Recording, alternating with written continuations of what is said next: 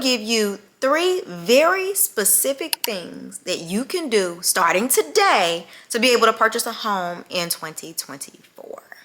I could buy a house. So in my 9 years of being a loan officer, most specifically like in the last 2 years or so, I have been noticing that there is almost what feels like this concerted effort to conceal the truth and honesty away from buyers for fear of hurting their feelings or making them feel discouraged. Now, while I'm not here to discourage you, I am here to empower you and just be honest with you, because you don't know what you don't know, and I know what works. So, thing number 1. The biggest thing that I am noticing right now that is prohibiting buyers from being able to purchase a home is their lack of income. Let's go get this money. We gotta call a thing, honey. There is no such thing as a $1,000 mortgage payment anymore. Those days are gone. They are never coming back. 2019 is gone. It is not coming back. And the reality of it is, the numbers say that the average purchase price in America is now 6 times the average household income. Damn! That means for you to get up here, you can't have your income here. You got to get your income here too. It has to come up if you're going to have a realistic shot at purchasing a home. Now, in that same breath, I want you also to understand your debt has to come down. Can you go down low? Our automobile payments right now are not necessarily any one person's fault. So I'm off that, your car is your problem train. I mean, I'm on it, but not on it the way that I used to be, right? We understand that home prices are at an all-time high, just like how we understand automobile payments are at an all-time high because of the technology and them still constantly using this excuse for something that happened 4 years ago now. But you still have to decrease your debt that's showing on the credit report. Like, you have to. If you can hold out from buying an automobile, like one of the things that I always hear people say is, well, yeah, my car broke down last week. I had to buy another one. I'm a bit confused. You're going to delay your home buying process when you are right here because you have to buy a car with car payments? Like, you couldn't have just got a little putt to get from point A to point B for $1,500 so you could buy a house? Like, I don't understand that line of thinking. That's very strange to me, but that ain't my business. If that's what you choose to do, understand that is a choice that you are making, and it's not something that's imposed upon you because home prices are so high and it's so hard to buy a house.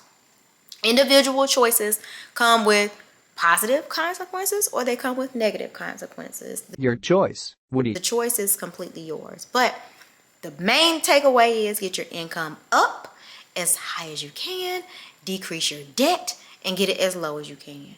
Because that is going to help you be able to purchase at today's purchase prices, tomorrow's purchase prices, and beyond. Because the prices are up and they stuck.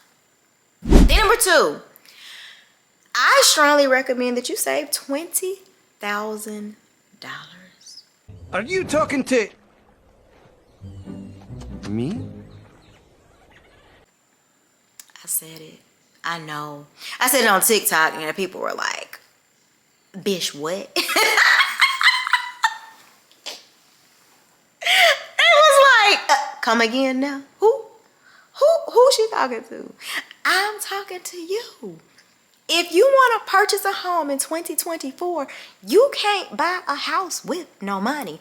And I recognize and I am fully aware of what a lot of my colleagues are out here telling you, especially what realtors are saying on many social media platforms. They're like, oh no, you get some grants and some down payment assistance and you'll be fine. Use your tax refund check. Baby, honey, I'm here to tell you this. I'm gonna tell you the same way I told some other social media platforms. I'm telling you what I know and not what I heard. I'm telling you what works, because your goal is not to be able to apply for a loan. Your goal is to be able to get approved for a loan. And in being able to be approved for a loan, you've got to have some money. As we experience some turmoil that's coming down the road because of the economy and due to job losses that are taking place and are going to continue to take place in 2024, credit is tightening. And as credit gets tighter, that means tightening, meaning it's going to be more and more and more restrictive as to who it's going to be able to be extended to. Nobody's going to give you money if you don't have money. That's weird. That's weird. Like, I know it sounds kind of crazy to say it like that, but nobody's going to give you money if you don't already have some money. You've got to be prepared to cover your down payment and be able to cover your closing costs, because in the event that interest rates go down, we're going to be back in this heightened environment of multiple offer situations. And you've got to be able to bring something to the table. If you got your hand stuck out in a multiple offer situation and you are asking the seller for money for you to get the thing that you want because you don't have the thing that you need, which is the money, you're not going to be chose. You're not going to be picked. You're going to be looked over. They're going to brush you to the side. You're buying something. You can't buy something without money. And I don't know how much more harshly I need to say it to be heard. Bitch, you can stop right there. I understand that for some people, $20,000 is a lot of money. So is $400,000. And that's the average purchase price here in America. We're no longer talking about an $88,000, 900 square foot, 3-bed, 1-bathroom home. We're talking about a starter home being $350,000, $400,000. Obviously, markets vary, but I don't care what market you're in. Those days are gone. Gone! It's all gone.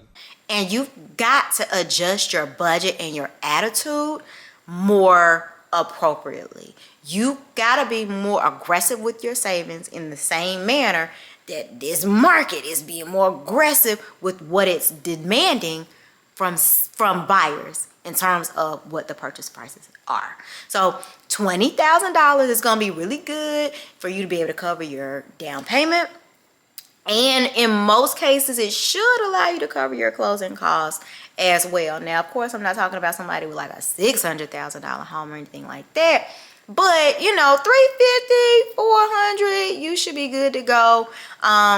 Generally speaking, if you want to kind of do your own calculations, you want to have about 6% to 7% if you're up north in like New York, New Jersey area, for being able to cover everything. So 6 to 7% of the purchase price to be able to cover your down payment, your closing costs. And I'll tell you like how I told another platform. So let's say that you end up getting down payment assistance. Let's say you end up getting somebody to cover your closing costs for you. Are you really gonna be mad if you saved up a lot of money? Like what you gonna be your beef? What you gonna be upset about? That you got a lot of money, so now you can pay for furniture and a refrigerator? Like, that doesn't even make sense. So again, I recognize that my colleagues are not being forthcoming and putting people in a position to constantly get their hearts broken, but that's not what I'm here to do. I'm just here to help. And sometimes you don't like the truth, and it's okay, but the truth is the truth, and it's not going to change. Not for you, not for the next person. So save as much as you possibly can. This is a recommendation, not a requirement. But again, you want your offers accepted and you want your loans approved. And thing number 3, everywhere I have turned in the last 2, 3, 4 years, on every social media platform, I'm hearing people tell what the bare minimum requirements are in order to be able to get a home. I almost cringe, if I'm gonna be totally honest with you, when I hear people say, what does my minimum score need to be? Because I know nobody is getting a loan approved with a 580 FICO and no money. You are going to have to be able to have a 580 FICO score with all of your money. You're going to have your down payment. You're going to have the money beyond your down payment to be able to pay for points, because you're not going to get the best rate. Your pricing is going to be god awful if that is the path that you choose. I recommend a 640 FICO score as your starting point. And here is why. One, I alluded to credit getting tighter a little bit earlier. That means as we start to see jobs be lost, we're going to stop lending to just anybody. And that circle of people is going to get smaller and smaller and smaller. And that circle of people is going to be based on credit scores. So please do yourself a favor. When you have a 640 FICO score, you have now opened up a world of opportunity with down payment assistance programs if that's something that you desire. You don't want to limit yourself to just one down payment assistance program that you think you heard somebody talking about on some social media platform that was tap dancing and said 600 FICO as they were pointing and dancing, okay? It's not gonna work out favorably for you. So 640, so you can have multiple options and multiple opportunities to be able to not just apply for the loan, but to also be approved from the automated underwriting system based on whatever the criteria is going to be at that time, because if I'm being honest, it's subject to change at any given moment as the economy fluctuates up and down, as things happen that are outside of the lender's control.